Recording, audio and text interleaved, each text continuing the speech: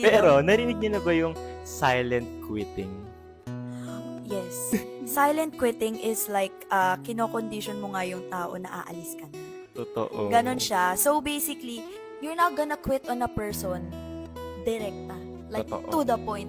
Kumbaga, dadahan-dahanin mo Mm. yung paglisan. You're slowly going. Mm. Pero, hindi ka lang nagiging vocal about it. Hindi ka lang maingay sa paglisan. And hindi klaro yung nafe-feel mo. Like, for Yes. example, meron akong jowa. Gusto ko na makipag-break sa kanya, pero hindi ko sasabihin na makikipag-break na ako sa kanya. Ipaparamdam ko na gusto ko nang makipag-break. Galing. Na-experience niyo na ba yun?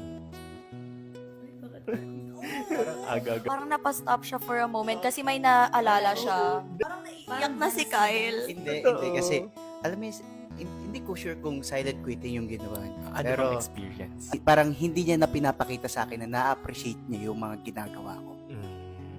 Alam mo yung kahit anong sabi mo na, uy, nagustuhan mo ba yung binigay ko? Nagustuhan mo ba yung binili ko? Yung regalo ko? Ang sagot niya lang, oo.